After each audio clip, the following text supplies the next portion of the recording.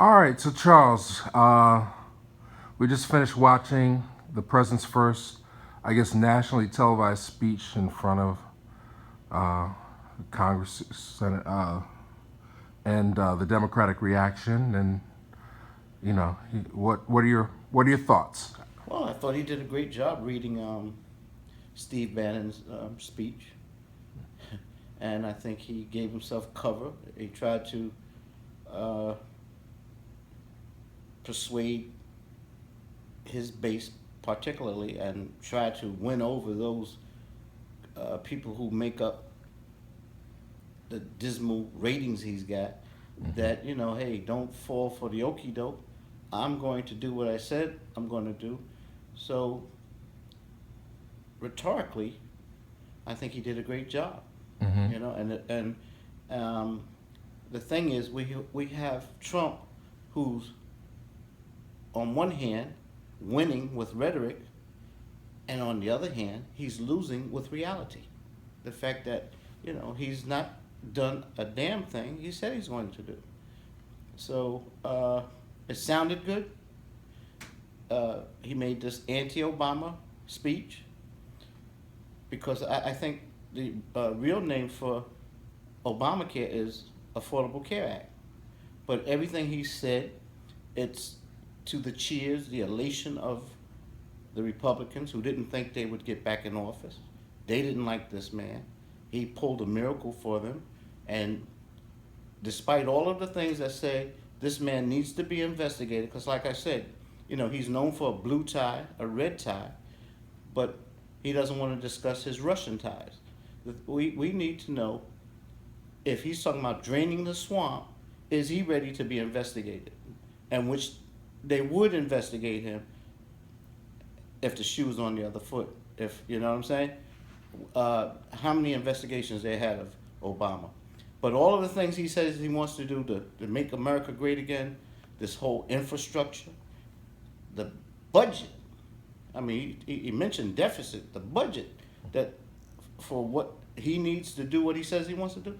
What's that going to do to the deficit? Mm-hmm. And who thinks that whatever he's proposing is not going to hurt the little man? Mm-hmm. Everything he's talking about is to benefit the rich cats that he's surrounded by, the rich people he's brought into his cabinet. This is all smoke and mirrors. The guy, initially, we looked at this guy and thought he was stupid. The more I see of him, if anyone doubts that this guy knows how, through the people who back him, how to manipulate the people who are falling asleep, I think what's in the air is we have to stay awake or stay woke. Nothing shows that more clearly than who we have for president of the United States. This guy is slick, and he's winning because everything that says no about him, he can come on, give this little speech, and win over everybody. This thing here is going to watch how it boosts his ratings, Mm-hmm. and then they're going to come down again when people see it's all rhetoric. Okay, now there's certain things. I mean, our viewers might be interested. The very first thing he mentioned was that we're at the end of Black History Month, and now's the time to sort of bring things together. There are a few sprinkles of black folks in the audience. I know, Lewis and Cory Booker were there, and then there's certain people that there were some people standing next to Melania. So in terms of, I mean, is there anything that Trump is promising that's going to benefit black people at all? I mean, eliminating crime, eliminating poverty, bringing back jobs everywhere. I mean, is there anything that he's saying that we should be paying attention to as possibly benefiting us? Well, here's this guy who's uh, he knows how to manipulate media. I mean, he's done that. That's proven. So how you reinforce the rhetoric, the false rhetoric, is you reinforce it with imagery that says all of the things you want to say with your rhetoric. So we have the optics. Right away, we see the black girl. We wonder why is she there. I thought he was going to go with Chicago, the violence and all that kind of stuff. But everything that he's talking about is going to benefit the rich elite people who back him more than it's going to help the little man. The little man, if you look at what he's proposing, he's proposing the necessity of spending billions and billions of dollars that would go to a militaristic, security based infrastructure. Okay? And that has always come at the cost of slashing things that would benefit the little guy. Okay, well, in terms of that, there are a couple things that I mean. There've been consistent policies. Like I think the first chunk of his speech, he was talking about things that he's already accomplished in his first 30 days. One of the things he's mandated that in terms of forcing deregulation for any new regulation, there have to be two that are eliminated. I mean, how does that fit within his scheme or what the overall? Well, the thing is, okay, they showed the young lady who they didn't expect to live for as long as she did because she had this disease. And she outlived the predictions because of the consequence of the medicine she got. And the medicine she got is something that he's saying she would not have gotten because of regulations that exist. So there's the image of, for people seeing this, oh, the deregulation he's proposing is going to help people.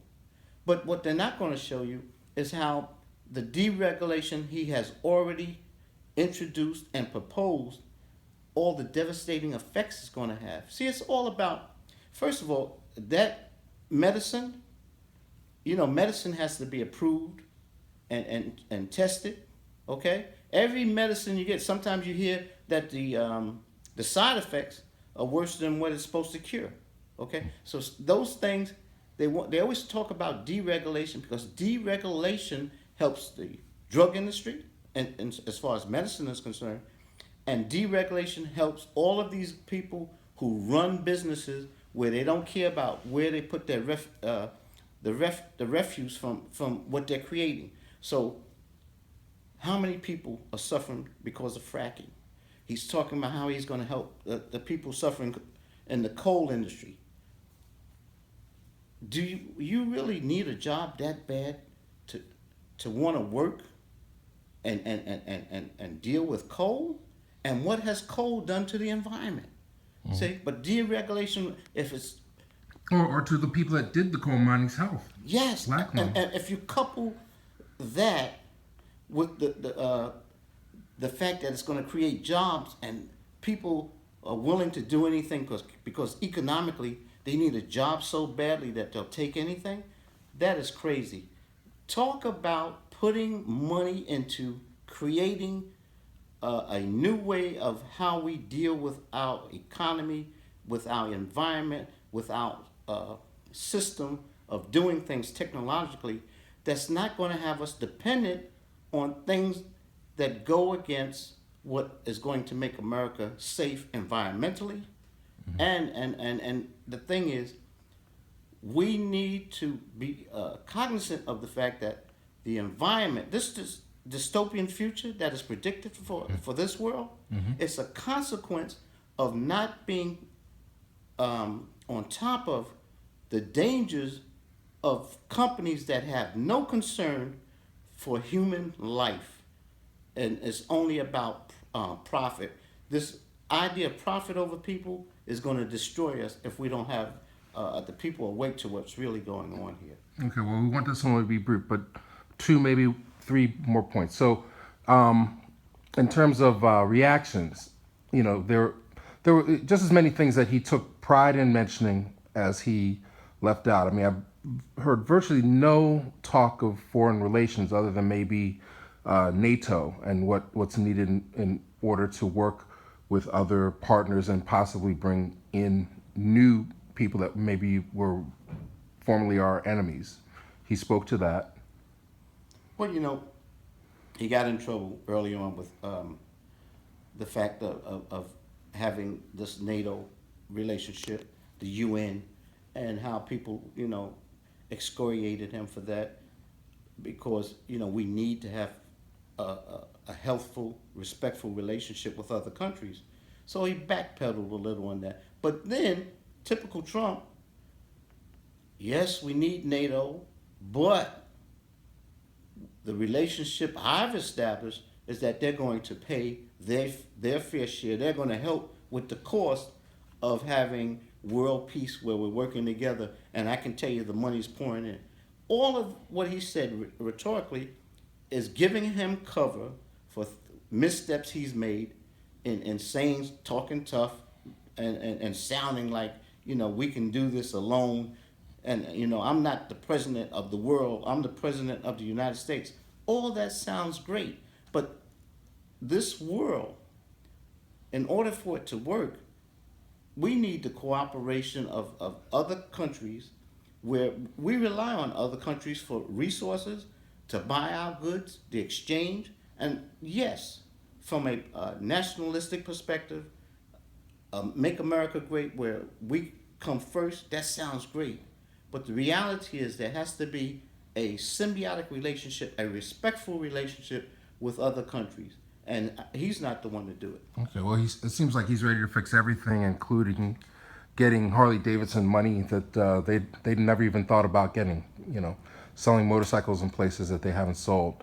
But one thing he did talk, two places where he got reactions was he seemed to take a lot of pride in terms of getting the Dakota Access Pipeline and more pipelines. One thing that was brought up is that the pipeline is actually taking natural gas into Mexico. It's not bringing oil or any kind of fuel down to where we are. It's actually taking it out of the country to be sold. So, but he seems to take great pride in it, and he got a lot of applause for that. Any comment? He's duplicitous. He's hypocritical, but that's common to Ryan and Pence and all these people. It's just typical. The thing is infrastructure.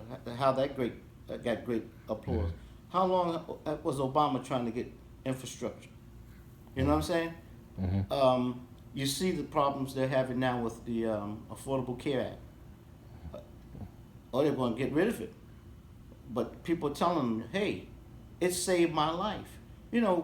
What they're talking about doing now, how come they couldn't do that with Obama in office? Because we know the reason for that. But the thing is, we just have to stay away and watch that this guy can give a good speech. They can write him a good speech. But talk is cheap.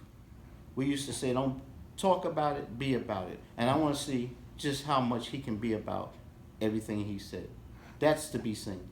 Okay, I know that's a good wrap, but I did want to ask you. He got a lot of applause when he spoke about the military situations, and then he commented on it.